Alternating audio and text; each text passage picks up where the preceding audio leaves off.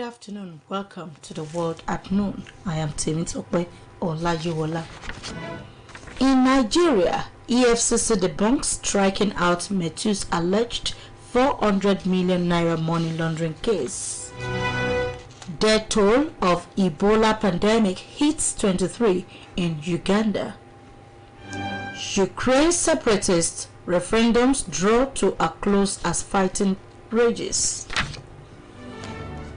In Nigeria, Economic and Financial Crimes Commission (EFCC) has described as false reports that a 400 million money laundering case against former National Publicity Secretary of the People's Democratic Party, Olisa Metu, had been struck out. The commission maintained that there is no pending case before the Federal High Court to warrant striking out of the same case. A report published a few days ago hazarded that a Federal High Court, Abuja, struck out the suit filed by the EFCC against Metu for a trial. Justice Emeka Nwite, in a ruling, described the 7-count criminal charge filed by the EFCC as an abuse of court process, but the spokesperson of the EFCC, Wilson Wujaren, in a statement insisted that there is no modicum of truth in those reports. He stated that there is no pending case before the Federal High Court to warrant striking out of the same. Kenyan police are investigating the death of a lawyer who was on trial for allegedly bribing and intimidating witnesses in the failed International Criminal Court case against President William Ruto. An officer revealed that Paul Chijeru had been accused by ICC prosecutors of running an egregious and damaging witness tampering scheme that made it impossible to pursue allegations against Ruto over post-election violence in Kenya in 2007 and 2008. Report says his trial opened in February this year, with prosecutors alleging that Gicheru paid bribes of up to 1 million Kenyan shillings and threatened the safety of ICC witnesses, one of them at gunpoint. Gicheru had denied the allegations throughout, pleading not guilty at the Hague-based court, which is the world's only permanent war crimes tribunal. Health officials have declared that the death toll in Uganda resulting from the Ebola Sudan strain has reached 23. The senior communications officer, Mr. Emmanuel Anyembuyona, said the latest situation report indicates that the country has a cumulative 36 cases of Ebola, 18 of which he said are confirmed and the other 18 probable.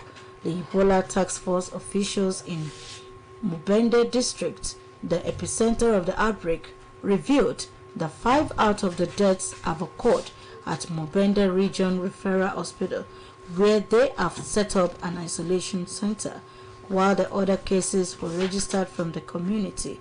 The task force has also beefed up security at Mubende Hospital to ensure that all Ebola cases are isolated from the surrounding community to prevent spread of the disease.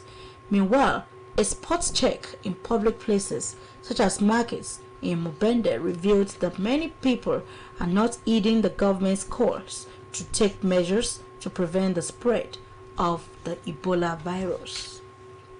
This is the World at Noon, coming to you from Osun State Broadcasting Corporation, Voice of the West, Nigeria. Now a mid-news message. It's only whenever everyone works hard that the nation can record a sustainable growth. Contribute your quota. A Singaporean polytechnic student has been alleged for committing voyeurism into a female toilet on campus. Muhammad Daniel Nordian is said to have committed voyeurism soon after by placing a mobile phone under a cubicle door with its camera pointing at a woman. Daniel, who was earlier charged with 1 count each of criminal trespass and voyeurism, is expected to admit to his offenses in October. The Singapore Polytechnic stated that the suspect had been placed on a 1-year suspension immediately after the reported incident. Its spokesman added that it has provided counseling support to both the victim and student and will continue to monitor their mental well-being. If convicted of criminal trespass, Daniel can be jailed for up to 3 months and fined up to $1,500. Also, offenders convicted of voyeurism can be jailed for up to 2 years, fined and caned. Indian police are searching for a teacher accused of beating a Low Castle student to death over a spelling mistake after suppressing violent protests triggered by the incident. According to police, Nikhil Dore was struck with a rod and kicked by his high school teacher until he fell unconscious earlier this month after misspelling the word social in an exam. The 15-year-old died from his injuries at a hospital in northern Uttar Pradesh state, and the accused has fled the area. Dur was a member of the Dalit community, which sits at the lowest rung of India's caste system and has been subjected to prejudice and discrimination for centuries. In the meantime, the crowd demanded the teacher's arrest before the cremation of the boy's body and touched a police vehicle. A strengthening hurricane Ian's rain and winds have lashed Cuba's western tip, where authorities have evacuated 50,000 people as it roared on a path that could see it Florida west coast as a Category 4 hurricane. Officials in Cuba's Pinal del Real province set up 55 shelters, rushed in emergency personnel, and took steps to protect crops in Cuba's main tobacco-growing region ahead of Ian's expected landfall early today as a major hurricane. Hurricane Center senior specialist Daniel Brown told journalists that Cuba is expecting extreme hurricane force winds with life-threatening storms, surge, and heavy rainfall. After passing over Cuba, Ian was forecast to strengthen further over warm Gulf of Mexico waters before reaching Florida tomorrow morning as a Category 4 storm with top winds of 225 km per hour. Meanwhile, County Administrator Bonnie Wise said as many as 300,000 people may be evacuated from low-lying area in Hillsborough County alone. The British Ministry of Defense has announced that Russian President Vladimir Putin is likely to announce the accession of occupied regions of Ukraine to the Russian Federation during his address to Parliament on Friday. The statement came as 4 Ukrainian regions held by Moscow's forces voted on the final day of 5-day referendums that have ratcheted up the stakes in the 7-month conflict. The British ministry said Russia's leaders hope that any accession announcement will be seen as a vindication of the special military operation and will consolidate patriotic support for the conflict. Voting on whether to join Russia began in Luhansk and Donetsk in the east and Kherson and Zaporizhia in the south, with Russian parliament possibly approving the annexation within days after the votes closed today. Kiev and many countries have dismissed the referendums in the occupied regions, which make up about 15% of Ukraine, as a sham and pledged not to recognize the results. And here again are the highlights of the world at noon. In Nigeria, Economic and Financial Crimes Commission (EFCC) has described as false reports that the 400 million money laundering case against former National Publicity Secretary of the People's Democratic Party, Olisa Metu, had been struck out.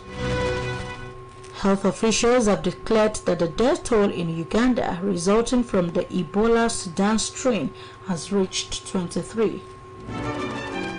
The British Ministry of Defense has announced that Russian President Vladimir Putin is likely to announce the accession of occupied regions of Ukraine to the Russian Federation during his address to Parliament on Friday. That was the word at noon, edited by Nathaniel Oyegoke and delivered by Temitope Olajuwola. News Talk takes a look at the prestigious job of news gathering, editing and dissemination, thereby imploring journalists to shun sensationalism and uphold the ethics of the journalism profession in the coverage and reportage of the happenings in the Osun Governorship Tribunals.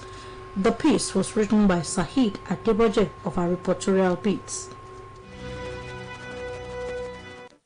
As the Election Petition Tribunal adjudicating on the last gubernatorial election in Osun State continues its sitting today, it is pertinent to call on journalists from both print and electronic media to be guided by ethical rules of journalism. The need to champion ethical rules in the coverage of the tribunal is germane to blissful political atmosphere of the state. The reporters are charged to take cognizance of respect the general public gives the media in the global information flow chart. This, from the primordial era, makes journalists to be treated as semi-gods and oracles of truth. Judicial reportage, like all other arenas for news gathering, generally requires adequate understanding of the three secular model of news writing. The salient aspect of this news theory that affects the court reporting are story narration and presentation. In presenting the proceedings of the tribunal, it is apposite for correspondents at the tribunal to shun sentiment and sensationalism, but be factual in their reports. Each of the reporters is expected to report issues within the context of tribunal's proceedings. It is equally important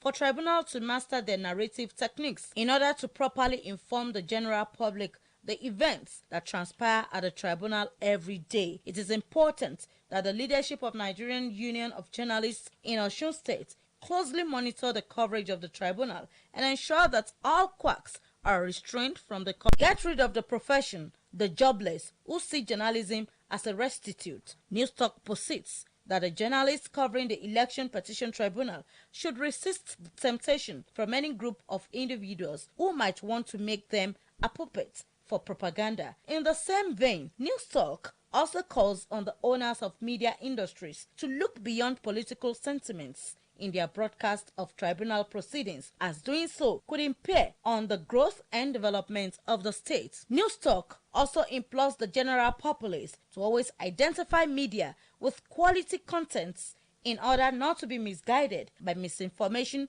of events at the Election Petition Tribunal, whose sitting continues today.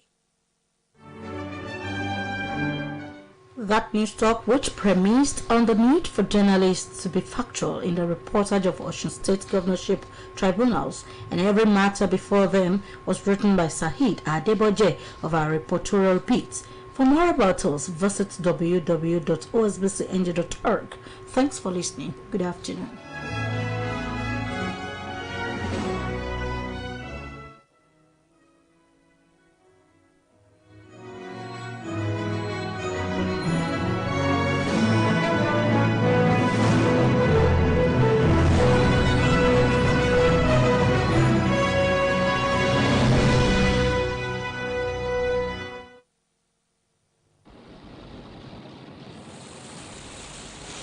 You're listening to 104.5 megahertz. Just like water, we are your